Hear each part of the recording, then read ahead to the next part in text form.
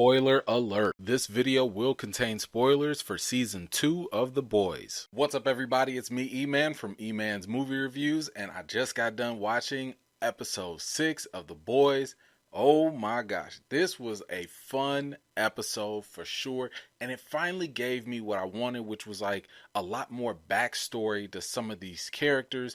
I mean, especially Stormfront with her racist self, and Frenchie. We got Lamplighter. I mean, we got a bunch of different stories that were coming about, and I loved all of it. Now, let me just say something. You got all these superpowered individuals locked in a psych ward or whatever, and then all of a sudden total chaos ensues. Does that sound familiar? This is exactly what New Mutants wishes it could have been. New Mutants wishes it could have been this good. I just loved all of the action that happened. It was fun, entertaining.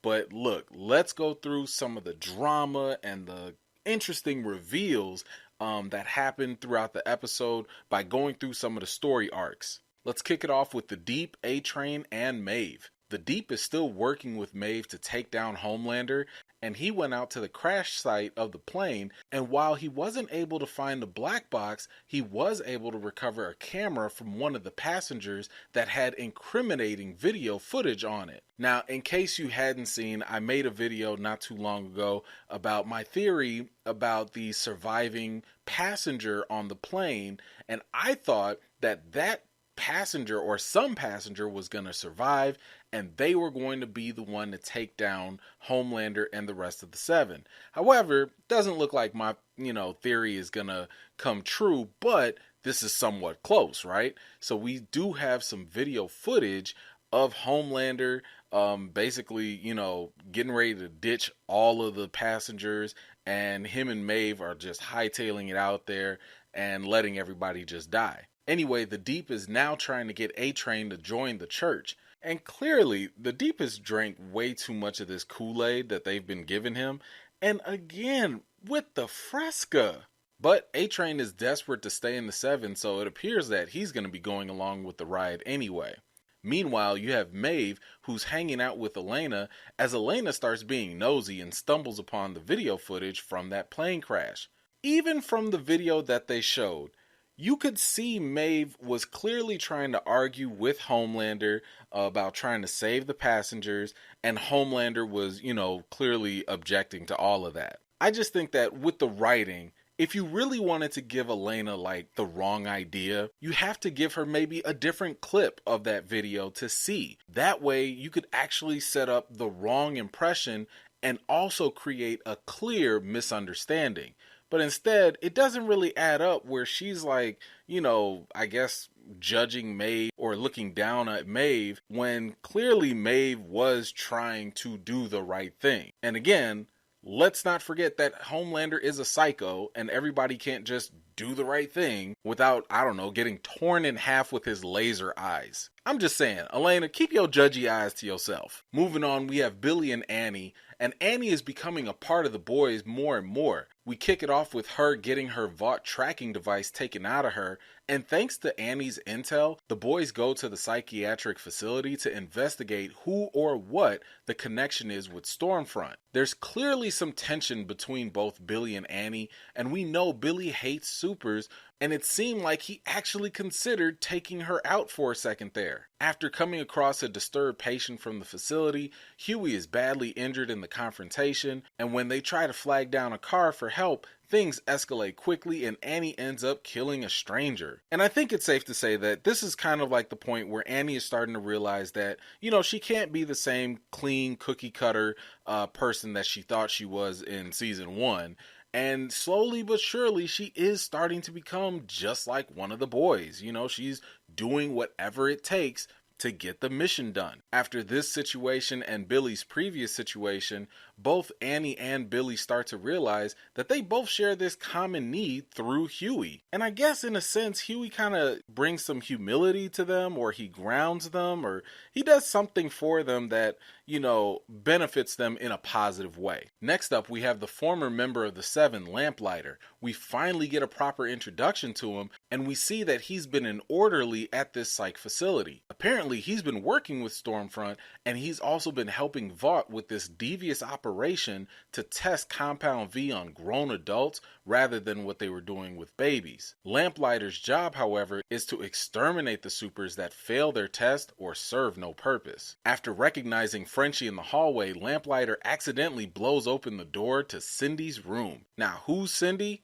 Not really sure, but I want to say she's probably the super that was responsible for killing Raina. She appears to have the ability to crush or explode things with her mind. Now, unfortunately, with Cindy out of her room, all of the supers in this facility are also out and just causing a bunch of chaos. So Lamplighter is forced to work with Frenchie and the others in order to survive and escape. During this situation, we get more insight into Lamplighter too. As a former member of the Seven, it seems as though Mallory was blackmailing him to get more information on Vought and the Seven. Previously, we knew that Lamplighter had killed Mallory's grandkids, but we find out that he was actually trying to kill her. He didn't know, however, that her grandkids were in the bed at the time, and ever since then, he's been punishing himself with all that guilt. I kind of really appreciate this little bit of backstory for Lamplighter. I mean, for a long time, we kind of assumed that everybody in the Seven is just like terrible, and they probably are terrible people.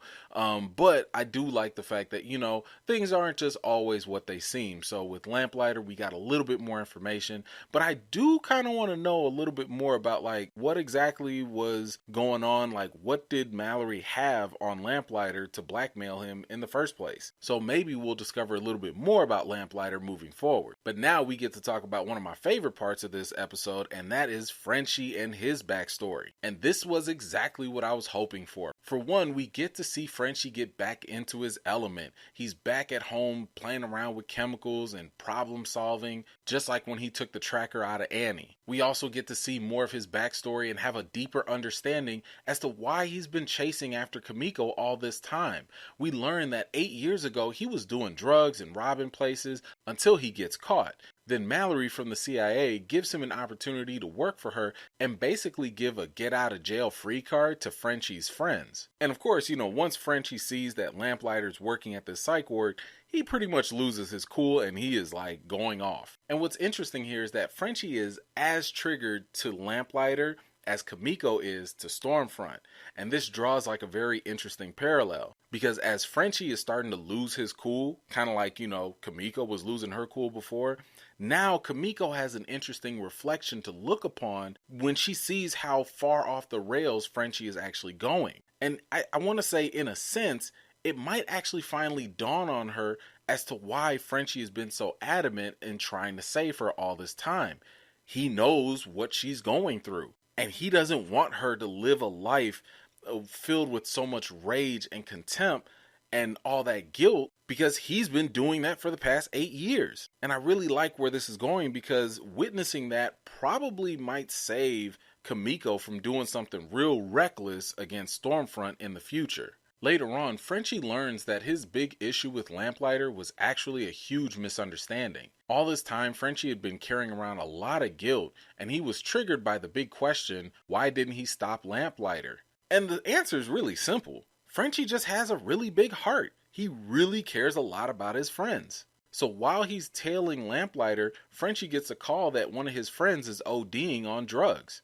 So Frenchie has to make a tough decision, and he leaves Lamplighter to go help out his friend. And this is where things get a little, frustrating, so to speak. I mean, Frenchie goes all the way back to help out his friend that's dying from ODing on drugs.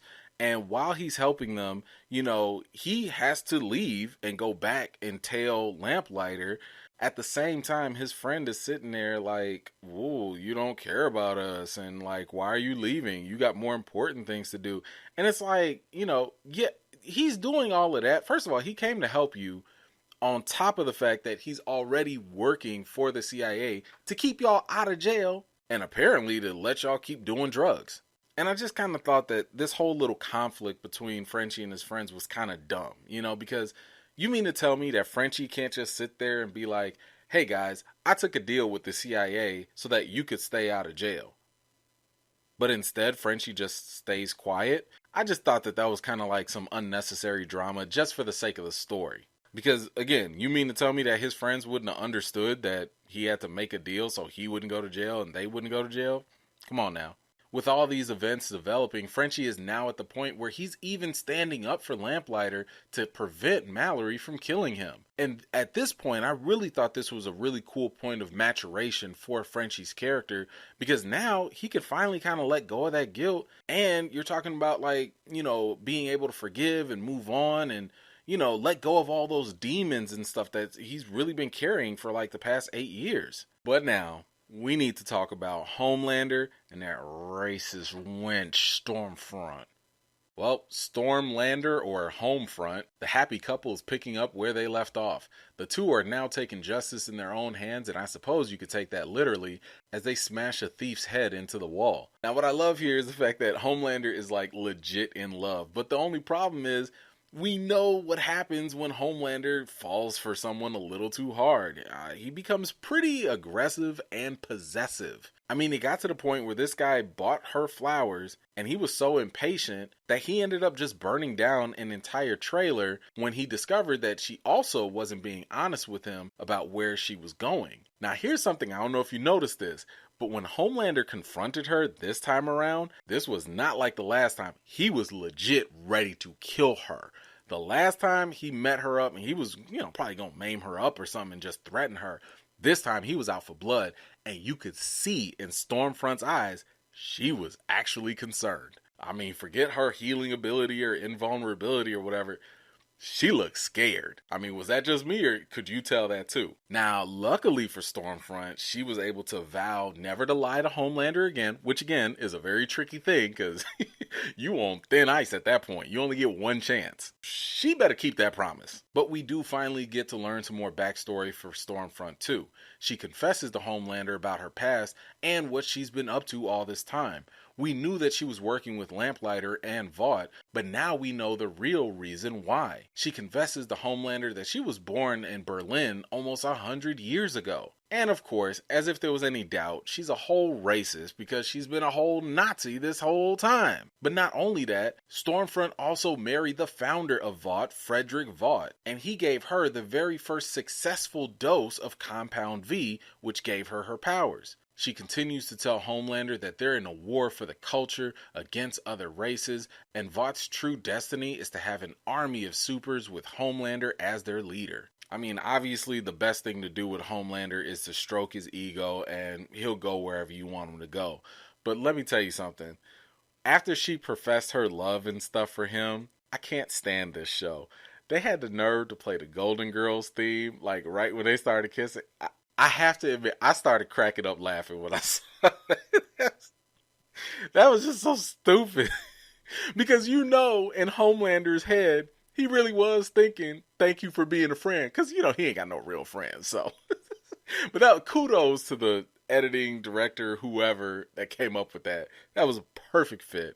And then, of course, the episode ends off with Cindy, the head popping soup, hitchhiking to who knows where. So, anyway, what did you think about this episode? Like I said, I definitely liked all the backstory and some of the action that we got in this.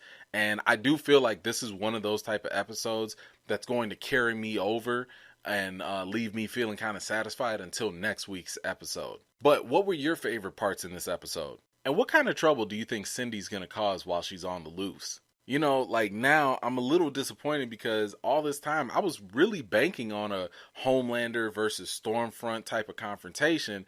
But now that they all lovey-dovey and stuff, they seem like an unstoppable duo. Do you think that they'll succeed in actually acquiring their superhero army? Let me know what you think in the comments down below. Well, that's all I got for today. Thank you all so much for taking the time to watch my video. I really do appreciate it. I'll be here next week right after episode 7 drops, so be sure to hit that subscribe button and to ring that bell so you don't miss out the next time I drop my video. In the meantime, I've got more videos and reviews to do for you all, and until next time, I'll see you all later.